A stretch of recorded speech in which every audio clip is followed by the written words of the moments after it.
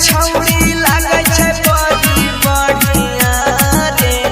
अहरा के सटा के नचनिया बेटी के ये करछि कोना पे केना के होतै मामला से जितना मंगतै उतना देबै भोले ये कर की छै रे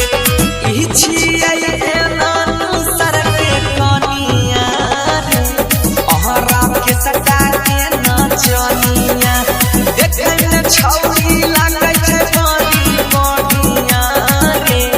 अहरा के सटा के नचनिया। Radhika recording studio Saharsa.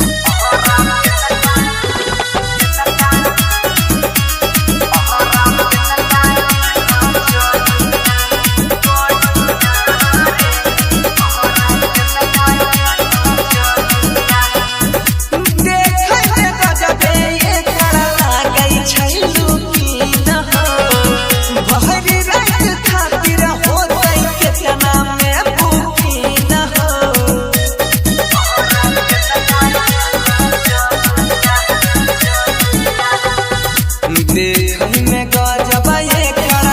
लागै छै लुकीन हो भरि राति खातिर होतै केतना में बुकीन हो फेरी देलकै सहबाना पापनिया रे अहरा के सटा के नचनिया देखै में छौड़ी लागै छै बड़ी बढ़िया रे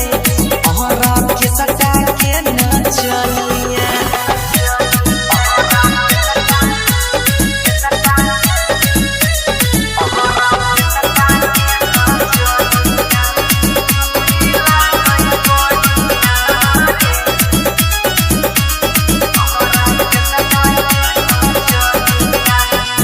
एकरा खातिर बेचत बैठे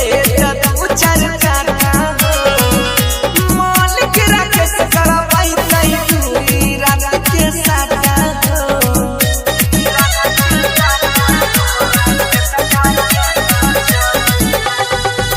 एकरा खातिर बेच देबै